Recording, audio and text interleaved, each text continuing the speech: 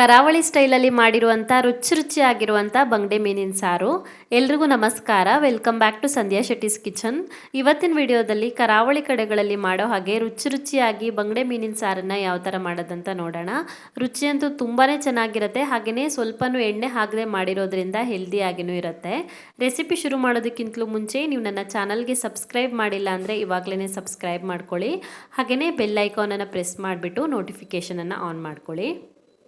So ಬಂಗಡೆ ಮೀನಿನ ಸಾರು ಮಾಡೋದಕ್ಕೆ ನಾನಿಲ್ಲಿ 1 kg ಆಗುವಷ್ಟು ಬಂಗಡೆ ಮೀನನ್ನು ತೊಗೊಂಡಿದ್ದೀನಿ. ನಾನಿಲ್ಲಿ ಹಾಕ್ತಾ ಇರುವಂಥ ಮಸಾಲೆಗೆ ಅರ್ಧ kgಯಿಂದ 1 kgವರೆಗೂ ಬಂಗಡೆ ಮೀನನ್ನು ತೊಗೊಳ್ಬೋದು.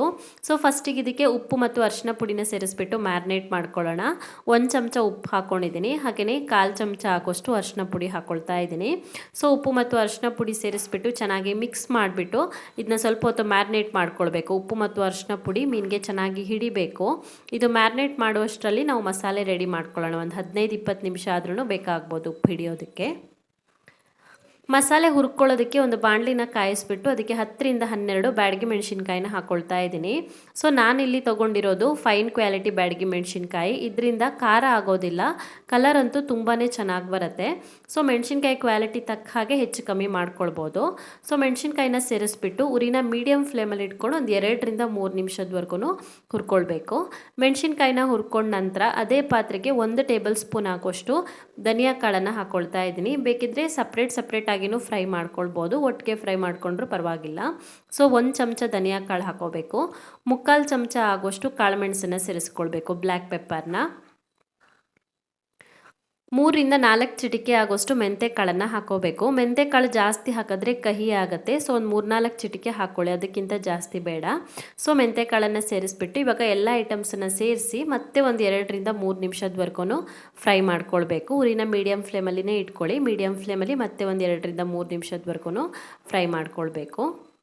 ಸೊ ನಾವು ಹುರ್ಕೊಂಡಿರುವಂಥ ಮಸಾಲೆ ಐಟಮ್ಸ್ ಪೂರ್ತಿಯಾಗಿ ತಣ್ಣದಾದ ನಂತರ ರುಬ್ಬೋದಕ್ಕೆ ಹಾಕಬೇಕು. ಸೊ ಇದು ಮಸಾಲೆ ಐಟಮ್ಸ್ ತಣ್ಣದಿದೆ. ಇವಾಗ ಇದಕ್ಕೆ ಅರ್ಧ ತುರಿದಿರುವಂಥ ತೆಂಗಿನಕಾಯಿ ಹಾಕ್ಕೊಳ್ತಾ ಇದ್ದೀನಿ. ಮೀಡಿಯಮ್ ಸೈಜ್ನ ತೆಂಗಿನಕಾಯಲ್ಲಿ ಅರ್ಧ ತೆಂಗಿನಕಾಯಿನ ತೊಗೊಂಡಿದ್ದೀನಿ. ಇದಕ್ಕೆ ತೆಂಗಿನಕಾಯಿ ತುರಿ ಸೇರಿಸ್ಬಿಟ್ಟು 1 ಮೀಡಿಯಮ್ ಸೈಜ್ನ ಈರುಳ್ಳಿನ ಕಟ್ ಮಾಡಿ ಹಾಕ್ಕೊಳ್ತಾ ಇದ್ದೀನಿ. 3-4 ಎಸ್ಲಾಗುವಷ್ಟು ಬೆಳ್ಳುಳ್ಳಿ ಹಾಕೋಬೇಕು. 1 ನಿಂಬೆಹಣ್ಣಿನ ಸೈಜ್ ಆಗುವಷ್ಟು ಹುಣಸೆ ಹಣ್ಣನ್ನು ಸೇರಿಸ್ಕೊಳ್ಬೇಕು. ಬಂಗಡೆ ಮೀನಿನ ಸಾರಿಗೆ ಸ್ವಲ್ಪ ಹುಳಿ ಜಾಸ್ತಿನೇ ಬೇಕಾಗತ್ತೆ. ಬೇಕಿದ್ರೆ ಹುಣಸೆ ಹಣ್ಣನ್ನು ನೀರಲ್ಲಿ ನೆನೆಸಿ ಮೆತ್ತಗಾದ ನಂತರ ಹಾಕೋಬೋದು ರುಬ್ಬೋದಕ್ಕೆ. 1/4 ಚಮಚ ಅರಿಶಿನದ ಪುಡಿ ಹಾಕ್ಕೊಳ್ತಾ ಇದ್ದೀನಿ. ಮೀನಿಗೂ ಸ್ವಲ್ಪ ಅರಿಶಿನ ಹಾಕೋಬೇಕು. ಇವಾಗ ರುಬ್ಬೋದಕ್ಕೂ ಸ್ವಲ್ಪ ಹಾಕ್ಕೊಳ್ತಾ ಇದ್ದೀನಿ. ಇವಾಗ ಇದಕ್ಕೆ ಸ್ವಲ್ಪನೇ ನೀರನ್ನು ಸೇರಿಸ್ಬಿಟ್ಟು ನುಣ್ಣಗೆ ರುಬ್ಕೊಳ್ಬೇಕು ಮಸಾಲೆನ. ಎಷ್ಟು ನುಣ್ಣಗಾಗುತ್ತೋ ಅಷ್ಟು ನುಣ್ಣಗೆ ರುಬ್ಕೊಳ್ಳಿ. ಸೊ ಮಸಾಲೆನ ರುಬ್ಬಿಟ್ಟು ತೊಗೊಂಡು ಬಂದಿದ್ದೀನಿ. ಸೊ ಇವಾಗ ಇದಕ್ಕೆ ನೀರನ್ನು ಸೇರಿಸ್ಬಿಟ್ಟು ಹದನ ಅಡ್ಜಸ್ಟ್ ಮಾಡ್ಕೊಳ್ಳೋಣ. ಜಾಸ್ತಿ ತೆಳುವೂ ಬೇಡ, ಜಾಸ್ತಿ ದಪ್ಪನೂ ಬೇಡ, ಮೀಡಿಯಮ್ ಹದದಲ್ಲಿರಲಿ. ಸೊ ನೋಡಿಬಿಟ್ಟು ನೀರನ್ನು ಹಾಕ್ಕೊಳ್ಳಿ. ನೋಡಿ, ಇಷ್ಟು ದಪ್ಪ ಇರಬೇಕು ಮಸಾಲೆ. ಇವಾಗ ಇದಕ್ಕೆ 1 ಈರುಳ್ಳಿನ ಸಣ್ಣಗೆ ಹೆಚ್ಚಿ ಹಾಕೋಬೇಕು. ಅರ್ಧ ಇಂಚ್ ಆಗೋಷ್ಟು ಶುಂಠಿ, ಹಾಗೆಯೇ ಒಂದು 2-3 ಹಸಿಮೆಣಸಿನ್ಕಾಯಿನ ಕಟ್ ಮಾಡಿ ಹಾಕ್ಕೊಳ್ತಾ ಇದ್ದೀನಿ. ರುಚಿ ತುಂಬಾ ಚೆನ್ನಾಗಿ ಬರುತ್ತೆ, ಫ್ಲೇವರು ಚೆನ್ನಾಗಿ ಬರುತ್ತೆ ಈ ಥರ ಕಟ್ ಮಾಡಿ ಹಾಕೊಳ್ಳೋದ್ರಿಂದ.